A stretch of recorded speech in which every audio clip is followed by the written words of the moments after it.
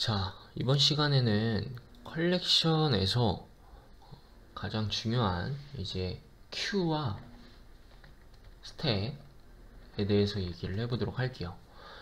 먼저 큐에 대해서 먼저 얘기를 해보도록 하겠습니다.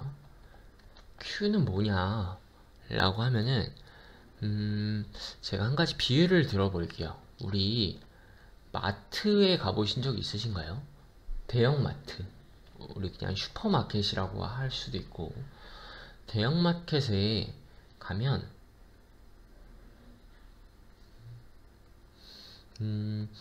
줄을 서서 결제를 하려고, 상품을 구매하려고 서서 기다리는 사람들 있잖아요. 그렇게 대기열이라는,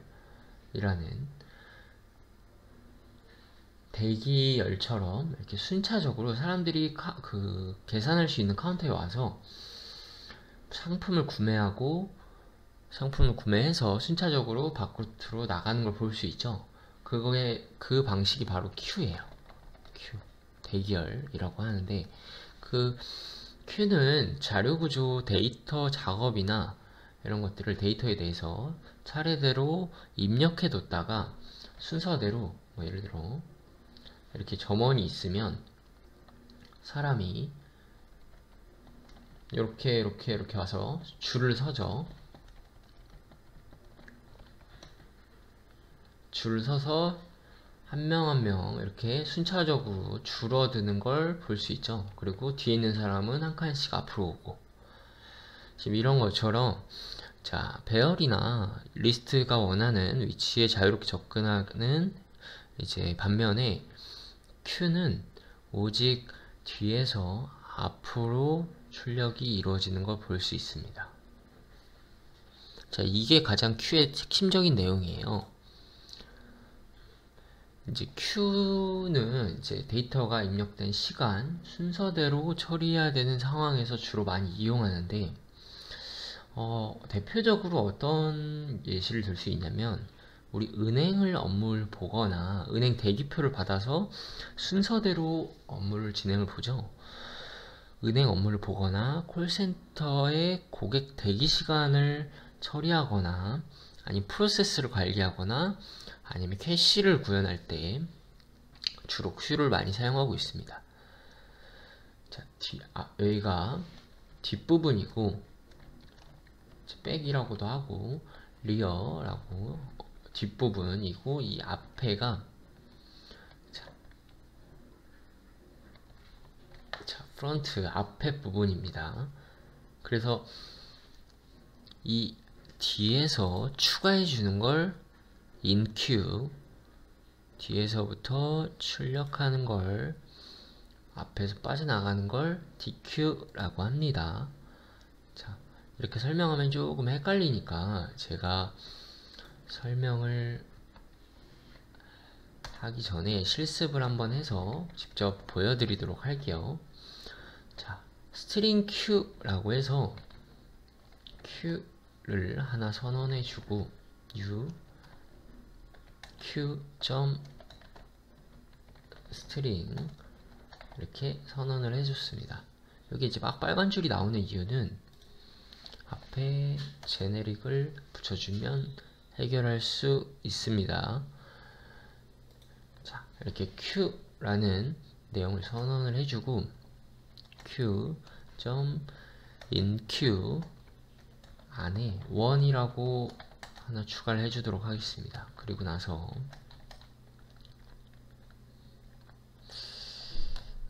이렇게 4개 정도 추가를 해볼게요. 2, 3,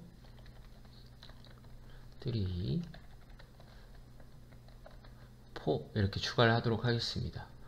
그리고 나서 웰문을 통해서 q 카운트만큼 출력을 해보도록 할게요.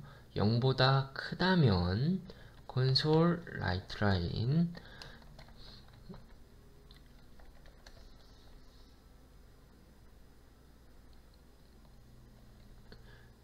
dq는 0번째, 그리고 count는 1 해주고, q는 dq 컴마 q 점 count라고 해서 출력을 해보도록 할게요. 이게 무슨 말이냐면 실행을 시켜서 설명을 다시 한번 드리도록 할게요. inQ를 통해서 각각 이 Q에 1, 2, 3, 그러니까 지금 이게 세 개가 있다는 거예요.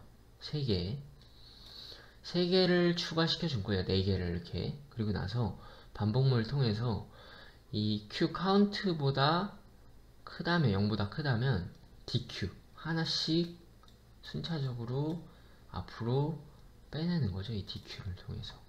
그래서 이 카운트는 개수를 뜻하는 거예요. 한 칸씩 줄어드는 거 볼 수 있죠.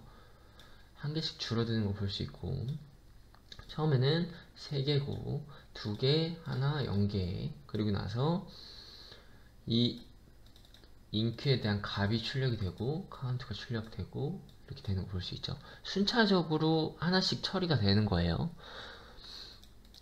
좀 이해가 되시나요? 그리고 나서 자, 우리 스택에 대해서 얘기를 해보도록 할게요. 스택은 이 Q와 다르게 한 칸씩 순차적으로 정렬해서 빠져나가는 것이 아니라 들어온 값이 가장 먼저 빠져나가는 뜻입니다.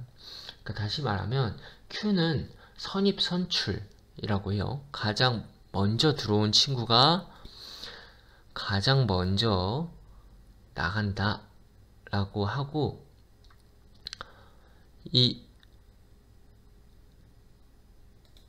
그리고 지금 Q택은 이제 후입 선출이라고 합니다. 후입 선출. 나중에 들어온 친구가 가장 먼저 빠져나온다 라는 친구예요. 이 스택의 예시를 말씀드리면, 아까 우리 Q는 그 대형마트에서 줄을 선 카운터에 점원을 계산하려고 줄을 선 것을 비유를 했다면, 이 스택은 이렇게 비유를 할 수 있습니다. 우리 프링글스 아시나요? 프링글스?